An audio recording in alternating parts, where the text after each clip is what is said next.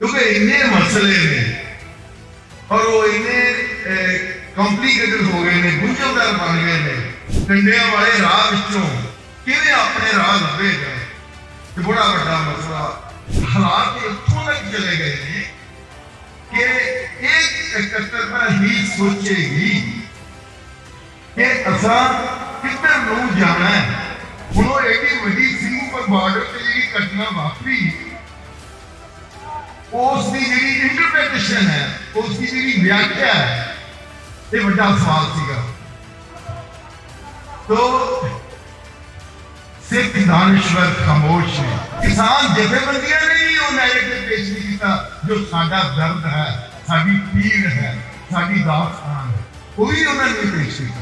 पंजाबी कानून के संपादक ने, स्वराजवीर ने बकायदा मतलब इस घटना को कायराना किया।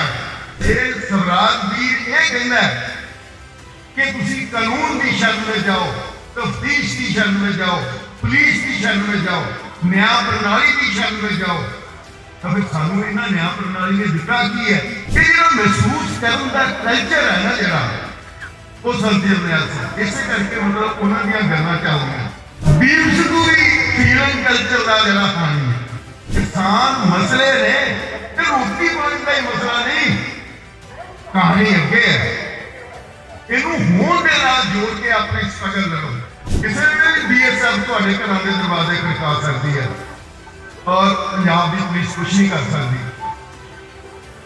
ये सारिया गल्लां जिहड़ियां ने मतलब इस वेले विचारन वालियां ने, कि तां ही विचारियां जाणगियां जे सोच साडे जज्बे विच अंतरराष्ट्रीय मसले जिहड़े वो भी सामने होण, पर उस जुझारू लहर नूं डिमोलिश किया जा रहा है। काला दौर किया जाता है, संताप हटाया किया जाता है। ये क्यों किया जाता है? क्योंकि सानू चीज़ों की लहरां की समझ नहीं है। लहर दे विच कमजोरियां सन ते वो किस लहर विच नहीं हुंदियां, वो कमजोरियां सन लेकिन प्राप्तियां बहुत वड्डियां। साहिब श्री गुरु ग्रंथ साहिब जी की हाजरी में बैठी गुरु रूप साध संगत, वाहिगुरू जी का खालसा, वाहिगुरू जी की फतेह। जो मैं हुण ये कट्टरता वेख रहा तो मैनू संत जरनैल सिंह याद आ गए। जो धर्म युद्ध चल रहा सी, क्योंकि मैं मीडिया दे विच सी, एक जर्नलिस्ट हाँ, पंजाबी ट्रिब्यून दे विच काम करता सी, ते असीं अक्सर ही संत जरनैल सिंह जदों कोई काल दिंदे सी, असीं अमृतसर पहुंच जाते। तो उन्होंने भी एक समय दानिश्वरां का एक इकट्ठ बुलाया, बुद्धिजीवियों का इकट्ठ बुलाया, जिस मैनू भी शामिल होने का मौका मिला। जो दीप सिद्धू हुण गल कर रहे थे तो मैनू मतलब अज की जी इकट्ठता है ये उस वेले की याद होगी। हुण गल ये है कि जिवें ये इकट्ठ सद्या गया, मैं अपनी गल कित्थों शुरू करा, क्योंकि इन्ने मसले ने और वो इन्ने कॉम्प्लीकेटेड हो गए ने, गुंझलदार बन गए ने। ये सच्ची गल है कि समझ नहीं आती भाई इन्हां कंडिया वाले राह विचों किवें अपने राह लभेगा। ये बड़ा बड़ा मसला मेरे सामने कई बारी आता है। जिवें हुणे गल कही थी भी भाई डूंगा उतरना पैना है, गंभीर होना पैना है। तुसी चीज़ों नूं, घटनावां नूं सतही पद्धर ते नहीं देख सकते, तुहानूं हेठा उतरना पैना। कोई बड़ा सवाल है बड़ा साडे सामने, जे वो डूबे फिर होवे साल। जे तुसी जिंदगी के पानियां विच डुबोगे तां तुहानूं हकीकत का पता लगेगा। गाथा गूढ़ अपार गुरबाणी की ऐलाननामा है कि जिंदगी की कहानी बहुत डूंगी है, समझ सिंह बिरला जी बिरले बंदे ही इस कहानी को समझ सकेंगे। तो मैं समझदा अज ये जिहड़ा इकट्ठ है ये बिरलियां जो बिरलियां का इकट्ठ है। तो मैं कुछ पॉइंट लियाते थे, कुछ नुकते मतलब खड़े करना। सुनियो इस तरह कि जो कहा नहीं वो सुना करो, जो सुना नहीं वो गवाह करो। इनके हालात इतों तक चले गए हैं कि एक एकत्रता ही सोचेगी कि असा किधर नू जाना है। कहते डुबो गई मुझे वो नदी जो कभी वही ना थी, जिस नदी ने अजे वगना है मैनू आज ही डुबो गई। इसका मतलब है कि जिवें हम दीप सिद्धू हुई या उन्होंने साथी जिहड़े ने जिहड़ी नदी जिहड़ी है अजे वगना होना, जिहड़ी कि जिहड़े जुल्म अजे होने ने जिन्होंने जीनोसाइड का नाम दिता गया नस्ल खुशी का, वो नदी जिहड़ी है उहदे विच मैं हुणे ही डुब गया। सो तीन तरह के संकट समझने की कोशिश करो जिवें मैं महसूस कर। तीन बड़े खला ने वैक्यूम, एक राजनीतिक, दूजा धार्मिक, तीजा सभ्यता कल्चर। हुण देखना यह है कि अज की एकत्रता इन्हां तिन्नां वरतारियां नूं वेखदी गई किवें समझदी है कि धर्म की है, असीं की सां की हां की बनते जा रहे हैं, ते साडी राजनीति किवें है, ते साडा कल्चर किवें है, साडी तर्ज जिंदगी किवें है। ये तीन तरह के वैक्यूम संकट नूं जब तक असीं समझते नहीं तब तक प्रेजेंट जिहड़ा वर्तमान है जिहड़ा मौजूदा हालात ने उन्हां दी पूरी समझ नहीं आ सकती। हुण देखो तीन तरह के, तीन तो भी वध तरह के नैरेटिव जिहड़े ने साडे सामने पेश किए जा रहे हैं। नैरेटिव का मतलब होता है बिरतांत, कहानी, परस्पेक्टिव कि तुसी जिंदगी नूं किस नजरिए तो देखते हो। एक पॉइंट बहुत इंपॉर्टेंट। तो एक तो सरकार का नैरेटिव होता है जिन्होंने स्टेट का नैरेटिव, जी इंडियन स्टेट का नैरेटिव कि वो साडी कहानी साडी दास्तान नूं समझदी नहीं है। और दूजा मीडिया का नैरेटिव यानी कि अखबार एक चैनल जिहड़े सारे ने ये सानू किवें बयान करते हैं। ये बड़ा जरूरी सवाल है मीडिया का, क्योंकि मैं मीडिया के विच मेरा घट्टो घट्ट 40 साल का एक्सपीरियंस है। मैं मीडिया की काम किया, इवन दूरदर्शन से काम किया, न्यूज़ सैक्शन के विच काम किया, वड्डी पोस्ट रहा वहाँ, एक वड्डी अखबार में रहा जिथे देखा कि ये सारा ढांचा किवें है। तीजा गुरु खालसा जी नैरेटिव जिहड़ा है वो राजनीतिक पार्टियां का है। चौथा नैरेटिव जिहड़ा साडा अपना सिखां का नैरेटिव, सिख कौम का नैरेटिव। हुण जिहड़े मैं ये नैरेटिव बरतांत दस रहा, ये गल कहण दी इजाजत दो मैनूं अज दी इस महान एकत्रता विच कि सारे के सारे नैरेटिव जिहड़े ने वो किसी न किसी रूप में अचेत या सचेत रूप में इन्हां चार नैरेटिव जिहड़े ने उन्हां अगे सरेंडर किया होया सी, सारिआं ने आत्म समर्पण किया होया। किवें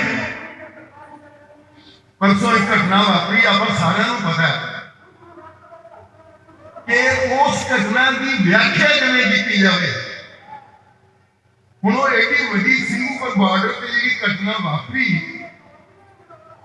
उसकी जिहड़ी इंटरप्रिटेशन है, उसकी जिहड़ी व्याख्या है, ये बड़ा सवाल सीगा।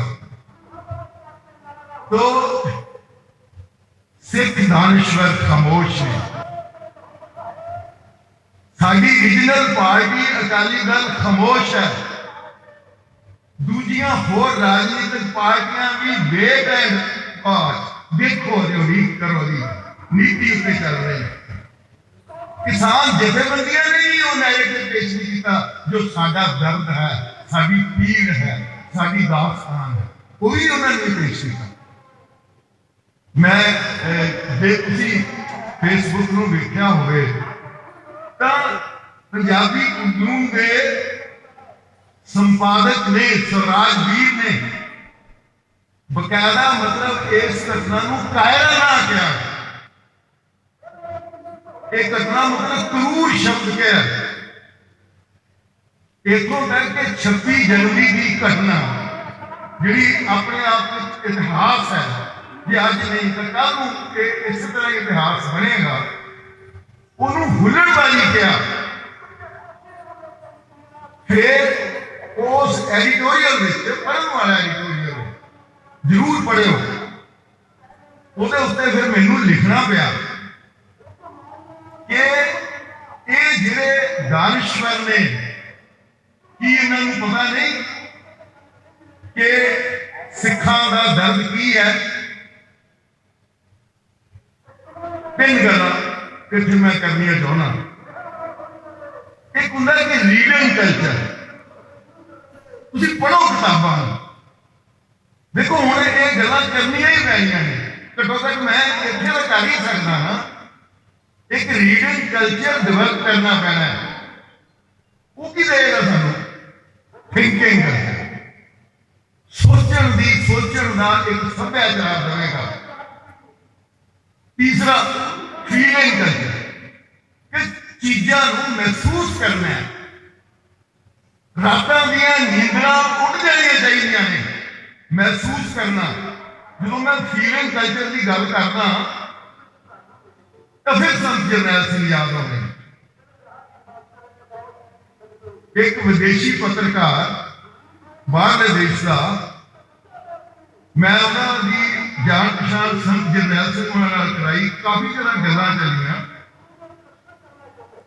ਜਦੋਂ ਅਸੀਂ ਬਾਹਰ ਆਏ ਤਾਂ ਮੈਂ ਉਸ ਵਿਦੇਸ਼ੀ ਪੱਤਰਕਾਰ ਨੂੰ ਪੁੱਛਿਆ, ਸੰਤ ਜਰਨੈਲ ਸਿੰਘ ਦੀਆਂ ਗੱਲਾਂ, ਮੈਂ ਉਸ ਵਿਦੇਸ਼ੀ ਪੱਤਰਕਾਰ ਨੂੰ ਪੁੱਛਿਆ ਕਿ what is the difference between Sant Harchand Singh Longowal ਅਤੇ ਸੰਤ ਜਰਨੈਲ ਸਿੰਘ?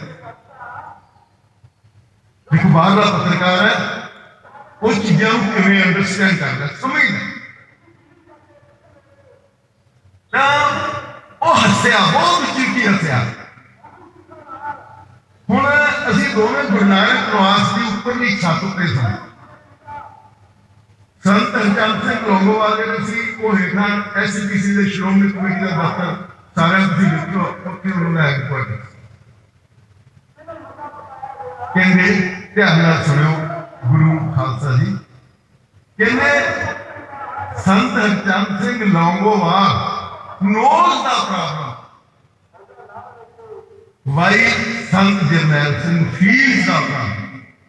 ਮੈਂ ਫੀਲਿੰਗ ਦੀ ਗੱਲ ਕੀਤੀ ਸੀ ਨਾ, ਕਿ ਸੰਤ ਜਰਨੈਲ ਸਿੰਘ, ਸੰਤ ਹਰਚੰਦ ਸਿੰਘ ਲੌਂਗੋਵਾਲ ਜਾਣਦਾ ਹੈ, ਘਟਨਾਵਾਂ ਨੂੰ ਜਾਣਦਾ ਹੈ, ਪਰ ਸੰਤ ਜਰਨੈਲ ਸਿੰਘ ਮਹਿਸੂਸ ਕਰਦਾ ਹੈ।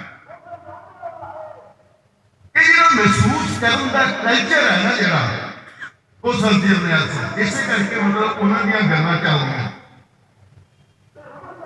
ਤੇ ਵੀਰ ਸਿੱਧੂ ਵੀ ਫੀਲਿੰਗ ਕਲਚਰ ਦਾ ਜਿਹੜਾ ਪਾਣੀ ਹੈ, ਉਹ ਵੀ ਜਜ਼ਬਿਆਂ ਦੀ ਪੱਧਰ ਉੱਤੇ ਚੀਜ਼ਾਂ ਨੂੰ ਮਹਿਸੂਸ ਕਰਦਾ ਹੈ। ਪਿਛਲੇ ਦਿਨ ਪ੍ਰੈਸ ਕਲੱਬ ਦੇ ਵਿੱਚ ਵੀਰ ਸਿੱਧੂ ਆਏ, ਮੈਂ ਸਪੈਸ਼ਲ ਗਿਆ ਵੇਖਣ ਵੀ ਇਹ ਬੰਦਾ ਪਤਾ ਕਹਿੰਦਾ ਕੀ ਹੈ, ਕਿਉਂਕਿ ਇੱਕ ਸਵਾਲ ਖੜਾ ਕਰਤਾ ਸੀ ਇਸ ਵਿਅਕਤੀ ਨੇ ਕਿ ਸਾਡੀ ਹੋਂਦ ਦਾ ਪ੍ਰਸ਼ਨ, ਸਾਡੇ ਵਜੂਦ ਦੀ ਕਹਾਣੀ ਹੈ, ਐਗਜ਼ਿਸਟੈਂਸ ਦੀ, ਇਹ ਖਤਰੇ ਵਿੱਚ ਹੈ, ਇਹ ਡੇਂਜਰ ਵਿੱਚ ਹੈ। ਮੈਂ ਬੜਾ ਹੈਰਾਨ ਹੋਇਆ, ਕਿਉਂਕਿ ਮੈਂ ਜਦੋਂ ਇੰਨੇ ਸਾਲ ਮੀਡੀਆ ਦੇ ਵਿੱਚ ਕੰਮ ਕੀਤਾ, ਮੈਂ ਕਿਹਾ ਇਹ ਕੌਣ ਹੈ ਜਿਹੜਾ ਹੋਂਦ ਦੀ ਗੱਲ ਕਰਦਾ ਹੈ? ਇਹ ਤਾਂ ਫਿਲਾਸਫੀ ਦੀ ਗੱਲ ਹੈ, ਤਾਂ ਸਾਡੇ ਧਰਮ ਦੀ ਗੱਲ ਹੈਗੀ ਹੈ ਕਿ ਜਿਹੜਾ ਹੋਣ ਦਾ ਪ੍ਰਸ਼ਨ ਜਿਹੜਾ ਦੀਪ ਸਿੱਧੂ ਨੇ ਖੜਾ ਕੀਤਾ ਇਹ ਬਹੁਤ ਵੱਡੀ ਗੱਲ ਸੀ। ਤੁਹਾਡਾ ਵਜੂਦ ਉਹਨੇ ਕਿਹਾ ਕਿ ਜਿਹੜੀਆਂ ਕਿਸਾਨ ਮਸਲੇ ਨੇ ਇਹ ਰੋਟੀ ਪਾਣੀ ਦਾ ਹੀ ਮਸਲਾ ਨਹੀਂ, ਕਹਾਣੀ ਅੱਗੇ ਹੈ। ਇਹਨੂੰ ਹੋਣ ਦੇ ਨਾਲ ਜੋੜ ਕੇ ਆਪਣੇ ਸਟਰਗਲ ਲੜੋ। ਤੇ ਮੈਨੂੰ ਇਹ ਕਹਿਣਾ ਪੈ ਰਿਹਾ ਕਿ ਜੋ ਮਾਹੌਲ 26 ਜਨਵਰੀ ਤੋਂ ਪਹਿਲਾਂ ਸਿੰਘੂ ਬਾਰਡਰ ਤੇ ਸੀ, ਜੋ ਉੱਥੇ ਜਜ਼ਬਿਆਂ ਦਾ ਇੱਕ ਦਰਿਆ ਵਗਦਾ ਸੀ, ਹੁਣ ਵਗਦਾ ਨਹੀਂ, ਉਹ ਗੱਲ ਨਹੀਂ ਰਹੀ। ਸੋ ਹੋਣ ਦਾ ਪ੍ਰਸ਼ਨ, ਫੀਲਿੰਗ ਦਾ ਪ੍ਰਸ਼ਨ ਜਿਹੜਾ ਇਹ ਜਿਹੜਾ ਲੈ ਕੇ ਮਤਲਬ ਆਇਆ, ਆਪਾਂ ਇਹਨੂੰ ਅੱਗੇ ਕਿਵੇਂ ਵਧਾਉਣਾ, ਸਾਡੇ ਸਾਹਮਣੇ ਇਹ ਇੱਕ ਮੈਂ ਸਮਝਦਾ ਕਿ ਵੱਡੀ ਸਮੱਸਿਆ ਹੈ। ਹੁਣ ਅਗਲੀ ਗੱਲ ਕਿ ਅਸੀਂ ਮਤਲਬ ਕਰੀਏ ਕੀ,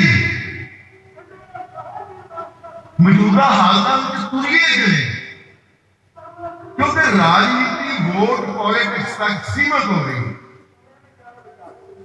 ਸਾਡੀ ਚੇਤਨਾ ਅੰਬਾਲੇ ਤੋਂ ਅੱਗੇ ਨਹੀਂ ਜਾ ਰਹੀ।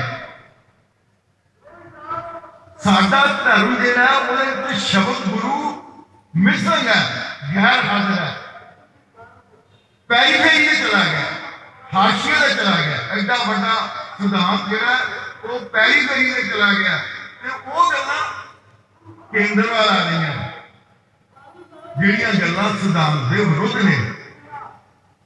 ਸੁਖਬੀਰ ਬਾਦਲ ਦਾ ਚਿੱਤ ਪਰ ਨਹੀਂ ਜਾਣਾ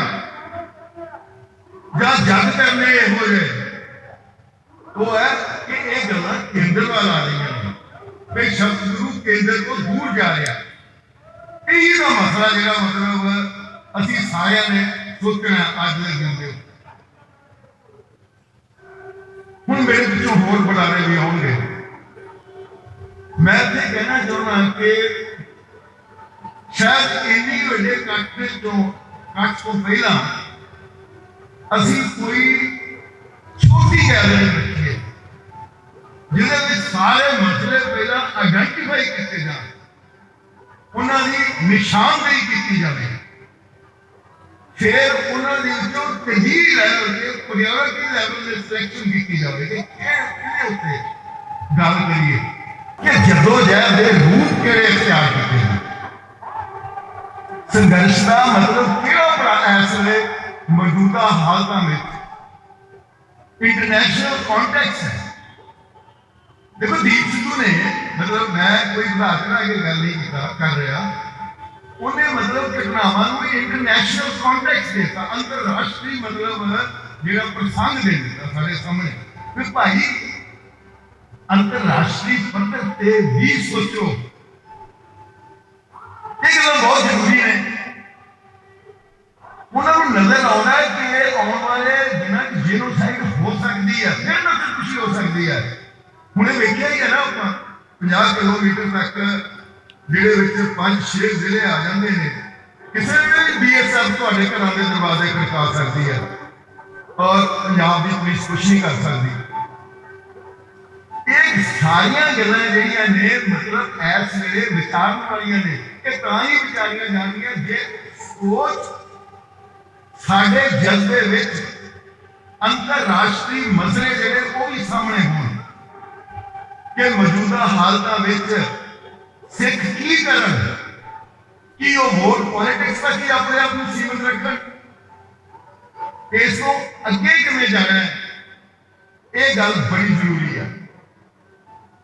ਹੁਣ ਵੇਖਣਾ ਇਹ ਹੈ ਕਿ ਕਿਹਨਾਂ ਨਾਲ ਸੰਪਰਕ ਕਰਿਆ ਜਾਵੇ, ਕਿਹਨਾਂ ਨੂੰ ਮਿਲਿਆ ਜਾਵੇ। ਮੇਰੇ ਖਿਆਲ ਦੇ ਵਿੱਚ ਪਹਿਲਾਂ ਤਾਂ ਮੈਂ ਇਹ ਸੋਚਦਾ ਕਿ ਕਿਉਂਕਿ ਮੈਂ ਮੀਡੀਆ ਦੇ ਵਿੱਚ ਕੰਮ ਕਰਦਾ, ਉਹਦਾ ਮੈਨੂੰ ਜ਼ਿਆਦਾ ਐਕਸਪੀਰੀਅੰਸ ਹੈ ਤੇ ਮੀਡੀਆ ਤੋਂ ਅੱਗੇ ਮੈਨੂੰ ਮਤਲਬ ਉਹ ਸਾਰਾ ਜੁਝਾਰੂ ਲਹਿਰ ਦਾ ਐਕਸਪੀਰੀਅੰਸ ਹੈ, ਜਿਹਦੇ ਵਿੱਚ ਜੁਝਾਰੂ ਲਹਿਰ ਦੇ ਚੋਟੀ ਦੇ ਜਿਹੜੇ ਸਿੰਘ ਨੇ ਉਹਨਾਂ ਦੇ ਨਾਲ ਮੇਰੀਆਂ ਗੱਲਾਂ ਹੋਈਆਂ, ਮੈਂ ਲਿਖਦਾ ਵੀ ਰਹਿਣਾ। ਪਰ ਉਸ ਜੁਝਾਰੂ ਲਹਿਰ ਨੂੰ ਡਿਮੋਲਿਸ਼ ਕੀਤਾ ਜਾ ਰਿਹਾ ਹੈ। ਕਾਲਾ ਦੌਰ ਕਿਹਾ ਜਾਂਦਾ ਹੈ, ਸੰਤਾਪ ਹੰਢਾਇਆ ਕਿਹਾ ਜਾਂਦਾ ਹੈ। ਇਹ ਕਿਉਂ ਕਿਹਾ ਜਾਂਦਾ ਹੈ? ਕਿਉਂਕਿ ਸਾਨੂੰ ਚੀਜ਼ਾਂ ਦੀ, ਲਹਿਰਾਂ ਦੀ ਸਮਝ ਨਹੀਂ ਹੈਗੀ। ਜਦੋਂ ਕਿ ਸਾਰੀ ਦੀ ਸਾਰੀ ਜਿਹੜੀ ਮਤਲਬ ਉਸ ਵੇਲੇ ਰਾਜਨੀਤਿਕ ਜਮਾਤ ਸੀ ਉਹ ਜੁਝਾਰੂਆਂ ਦੇ ਹੇਠਾਂ ਲੱਗੀ ਹੋਈ ਸੀ। ਇੱਥੋਂ ਤੱਕ ਕਿ ਦੂਰਦਰਸ਼ਨ ਕੇਂਦਰ ਜਿਹੜੇ ਨੇ ਜੁਝਾਰੂਆਂ ਦੇ ਪ੍ਰੈਸ ਨੋਟ ਛਾਪ ਪੇਸ਼ ਕਰਦੇ ਸਨ, ਪ੍ਰੈਸ ਨੋਟ ਉੱਤੇ ਦਿੱਤੇ ਜਾਂਦੇ ਸਨ, ਟੈਲੀਵਿਜ਼ਨ ਸੈਂਟਰਾਂ ਉੱਤੇ ਅਖਬਾਰਾਂ ਨੂੰ ਜੋ ਹੁਕਮ ਕੀਤੇ ਜਾਂਦੇ ਸਨ ਉਹ ਲਾਗੂ ਹੁੰਦੇ ਸਨ। ਇੱਕ ਤਰ੍ਹਾਂ ਸਟੇਟ ਦੇ ਵਿੱਚ ਸਟੇਟ ਹੈਗੀ ਸੀ। ਮੈਂ ਆਪਣੀਆਂ ਅੱਖਾਂ ਦੇ ਨਾਲ ਉਸ ਵੇਲੇ ਉਹ ਦੌਰ ਨੂੰ ਵੇਖਿਆ। ਸੋ ਇਹ ਇਕੱਤਰਤਾ ਨੂੰ ਇਹ ਵੀ ਪਤਾ ਹੋਣਾ ਚਾਹੀਦਾ ਹੈ ਕਿ ਜੁਝਾਰੂ ਲਹਿਰ ਦੇ ਨਾਲ ਹਮਦਰਦੀ ਰੱਖ ਕੇ ਅਸੀਂ ਅੱਗੇ ਵਧਣਾ ਹੈ। ਡੈਫੀਨੇਟਲੀ ਲਹਿਰ ਦੇ ਵਿੱਚ ਕਮਜ਼ੋਰੀਆਂ ਸਨ ਤੇ ਉਹ ਕਿਸ ਲਹਿਰ ਵਿੱਚ ਨਹੀਂ ਹੁੰਦੀਆਂ, ਉਹ ਕਮਜ਼ੋਰੀਆਂ ਸਨ, ਲੇਕਿਨ ਪ੍ਰਾਪਤੀਆਂ ਬਹੁਤ ਵੱਡੀਆਂ ਸੀ, ਬਹੁਤ ਵੱਡੀਆਂ ਸਨ। ਆ ਹੁਣੇ ਸੁੱਖੇ ਜਿੰਦੇ ਦੀ ਸ਼ਹਾਦਤ ਬਾਰੇ ਮਤਲਬ ਸੁੱਖੇ ਜਿੰਦੇ ਦੇ ਹੁਣੇ ਸ਼ਹੀਦੀ ਦਿਵਸ ਆਪਾਂ 5-6 ਦਿਨ ਪਹਿਲਾਂ ਮਨਾਇਆ ਉਹਨਾਂ ਦਾ। ਬਹੁਤ ਉਹਨਾਂ ਦੀ ਭੈਣ ਨਾਲ, ਉਹਨਾਂ ਜਿੰਦੇ ਦੀ ਮਦਦ ਨਾਲ, ਸੁੱਖੇ ਦੀ ਮਦਦ ਨਾਲ ਮੇਰੀਆਂ ਮੁਲਾਕਾਤਾਂ ਹੋਈਆਂ। ਹੈਰਾਨ ਹੋ ਜਾਈਦਾ। ਮੈਂ ਮਿਲਣ ਵੀ ਉਹਨਾਂ ਨੂੰ ਉੱਥੇ ਪੁਣੇ ਦੇ ਵਿੱਚ ਗਿਆ ਸੀ। ਮਤਲਬ ਇਹ ਹੈਰਾਨ ਹੋ ਜਾਂਦਾ ਕਿ ਕਿਵੇਂ ਉਹ ਹੱਸਦੇ ਹੋਏ ਫਾਂਸੀ ਦੇ ਚੜੇ ਨੇ, ਕਿਵੇਂ ਉੱਥੇ ਮਤਲਬ ਪੂਨਾ ਜੇਲ੍ਹ ਦੇ ਵਿੱਚ ਉਹਨਾਂ ਦੀ ਰਿਸਪੈਕਟ ਹੈ, ਸਤਿਕਾਰ ਹੈ, ਇੱਜ਼ਤ ਹੈ ਉੱਥੇ ਸਾਰੇ ਸਟਾਫ ਦੇ ਵਿੱਚ। ਕਿਵੇਂ ਹਾਈ ਕੋਰਟ ਜਿਹੜਾ ਜਿਸ ਜੱਜ ਨੇ ਫਾਂਸੀ ਦਾ ਹੁਕਮ ਸੁਣਾਇਆ ਸੀ ਉਹਦੀ ਤਸਵੀਰ ਉਹਨੇ ਆਪਣੇ ਘਰ 'ਚ ਰੱਖੀ। ਕੋਈ ਵੱਡੀ ਗੱਲ ਹੈ ਨਾ। ਸੋ ਮੇਰੀ ਇਹ ਬੇਨਤੀ ਹੈ ਕਿ ਜਦੋਂ ਆਪਾਂ ਹੁਣ ਇਹ ਜਿਹੜੀ ਅਵੇਅਰਨੈਸ ਦੀ ਕੈਂਪੇਨ ਹੈ, ਜਾਣਨ ਦੀ ਕੈਂਪੇਨ ਹੈ ਜ਼ਿੰਦਗੀ ਨੂੰ, ਇਹ ਉਰੇ ਇਹਨੂੰ ਸ਼ੁਰੂ ਕਰਨੀ ਪੈਣੀ। ਇਹ ਗੱਲ ਮਤਲਬ ਮੰਨ ਲਓ ਤੁਸੀਂ, ਕਿਉਂਕਿ ਜਦੋਂ ਤੱਕ ਅਸੀਂ ਆਪਣੇ ਇਤਿਹਾਸ ਤੋਂ ਜਾਣੂ ਨਹੀਂ ਹੁੰਦੇ, ਜਦ ਤੱਕ ਅਸੀਂ ਲਹਿਰਾਂ ਤੋਂ ਜਾਣੂ ਨਹੀਂ ਹੁੰਦੇ, ਤਦ ਤੱਕ ਸਾਨੂੰ ਪ੍ਰੈਜ਼ੈਂਟ ਦੀ ਅੰਡਰਸਟੈਂਡ, ਮੌਜੂਦਾ ਦੌਰ ਦੀ ਪੂਰੀ ਸਮਝ ਨਹੀਂ ਹੋਏਗੀ। ਸਮਝ ਉਹੀ ਹੋਵੇਗੀ ਜੋ ਇੰਡੀਅਨ ਸਟੇਟ ਦਾ ਨੈਰੇਟਿਵ ਹੈ। ਹੁਣ ਅਗਲਾ ਸਵਾਲ ਇਹ ਹੈ ਕਿ ਇੱਥੇ ਰੀਜਨਲ ਪਾਰਟੀ ਅਕਾਲੀ ਦਲ ਹੈ। ਅਕਾਲੀ ਦਲ ਜਿਹੜਾ ਹੈ ਉਹ ਕਿਉਂ ਨਹੀਂ ਉਸ ਸਿੱਧੂ ਬਾਦਲ ਦੀ ਘਟਨਾ ਨੂੰ ਉਹਦੀ ਵਿਆਖਿਆ ਕਰ ਸਕਿਆ? ਉਹਨਾਂ ਦਾ ਇੱਕ ਵੱਡਾ ਲੀਡਰ ਉਸ ਨੂੰ ਕੰਡੈਮ ਕਰਦਾ ਉਸ ਘਟਨਾ ਨੂੰ। ਕਿਉਂ? ਕਿਉਂਕਿ ਇੰਡੀਅਨ ਨੈਰੇਟਿਵ ਉਹਨਾਂ ਦੇ ਅੰਦਰ ਦੱਸਿਆ ਹੋਇਆ। ਹੁਣ ਉਹਨੇ ਦੀਪ ਸਿੱਧੂ ਉਹਨਾਂ ਨੇ ਗੱਲ ਕੀਤੀ ਸੀ, ਮੱਸੇ ਰੰਗਤਾਲ ਤੇ ਜਿਹੜਾ ਐਕਸ਼ਨ ਹੋਇਆ ਉਹ ਕੀ ਸੀਗਾ? ਹੋਰ ਜਿੰਨੇ ਵੱਡੇ ਐਕਸ਼ਨ ਹੋਏ ਜਿਹੜੇ ਮਤਲਬ ਹੋਏ ਉਹ ਕੀ ਸਨ? ਆਖਿਰਕਾਰ 7-8 ਸਾਲਾਂ ਤੋਂ ਲਗਾਤਾਰ ਗੁਰੂ ਗ੍ਰੰਥ ਸਾਹਿਬ ਦੀ ਬੇਅਦਬੀ ਹੋ ਰਹੀ ਹੈ। ਤੇ ਫਿਰ ਮਤਲਬ ਜੇ ਸਵਰਾਜ ਵੀਰ ਇਹ ਕਹਿੰਦਾ ਕਿ ਤੁਸੀਂ ਕਾਨੂੰਨ ਦੀ ਸ਼ਰਨ ਵਿੱਚ ਜਾਓ, ਤਫਤੀਸ਼ ਦੀ ਸ਼ਰਨ ਵਿੱਚ ਜਾਓ, ਪੁਲਿਸ ਦੀ ਸ਼ਰਨ ਵਿੱਚ ਜਾਓ, ਨਿਆਂ ਪ੍ਰਣਾਲੀ ਦੀ ਸ਼ਰਨ ਵਿੱਚ ਜਾਓ, ਤਾਂ ਫਿਰ ਸਾਨੂੰ ਇਹਨਾਂ ਨਿਆਂ ਪ੍ਰਣਾਲੀ ਨੇ ਦਿੱਤਾ ਕੀ ਹੈ? ਸਾਰਾ ਜੱਗ ਜਾਣਦਾ ਹੈ ਕਿ ਕੁਝ ਸਾਨੂੰ ਨਹੀਂ ਮਿਲਿਆ ਤੇ ਹਾਰ ਕੇ ਸਾਨੂੰ ਇਹ ਕਦਮ ਚੁੱਕਣਾ ਪਿਆ। ਪਰ ਅਜੇ ਉਹਨੂੰ ਗੋਲੀ ਮਾਰ ਦਿੰਦੇ ਫਿਰ ਇਹਨਾਂ ਨੇ ਕੁਝ ਨਹੀਂ ਕਹਿਣਾ।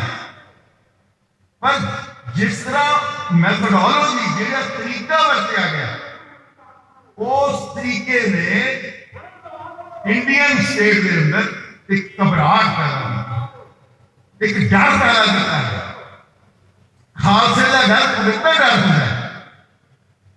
तो मैं मतलब होरना बलारां दी सुन के आपां वेखांगे कि मतलब मौजूदा दौर दे विच आपां मतलब मसलियां दी निशानदेही करन तो बाद हिस्टोरियन नूं इतिहासकार जिहड़े पंजाब दे विच जो भी हैगे भाई दसो मौजूदा स्थिति च असीं की करिए। ईवन रिलीजियस परसन जिहड़े ने धार्मिक महापुरुष संत ਜਿਹੜੇ ਨੇ ਉਹਨਾਂ ਨਾਲ ਵੀ ਗੱਲ ਕਰੀਏ ਵੀ ਗੱਲ ਕੀ ਹੈ। ਸੰਪਰਦਾਵਾਂ ਵਿੱਚ ਹਰ ਵੇਲੇ ਕਹਿ ਜਾਂਦੀਆਂ ਸੀ ਧਰਮ ਨਾਲ ਹੀ ਸਾਡੀ ਦਾ ਧਰਮ ਨਾਲ ਹੀ ਸੰਬੰਧਤ ਆ, ਅਸੀਂ ਤਾਂ ਧਾਰਮਿਕ ਲੋਕ ਆ। कि धर्म का राजनीति नाल कोई रिश्ता नहीं, वो राजनीति नूं क्यों नहीं समझते। हालांकि निहंग सिंह संप्रदावां ने कल जिहड़ा मतलब उन्हां दा सामने नैरेटिव आ रहा वो बिल्कुल स्पष्ट कहते हैं कि असीं एक गल कीती है, जो तुसीं कुछ कर ही नहीं रहे, जो सानूं इंसाफ मिल ही नहीं रहा, तो फिर साडा कानून जिहड़ा वो चले, वो कानून चलिया उन्हां दा।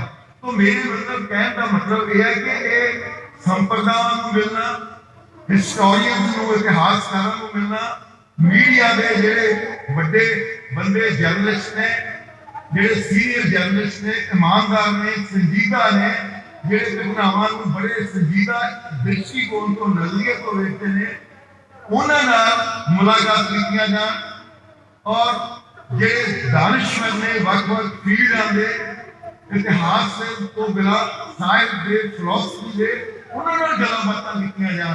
क्योंकि एक गल तो जरूर है ना कि गुरु रूप खालसा जी गिटे गिटे पानियां विच तरन की जांच नहीं सीखी जा सकती, तो डूंगे पानियां विच उतरना ही पैना है, गोते खाने ही पैने हैं। ते ये गल सिर्फ तुहाडे अगे ही की जा सकती है। तो इन्ना कुछ कहता होया मैं खिमा दा जात हां। वाहिगुरू जी का खालसा, वाहिगुरू जी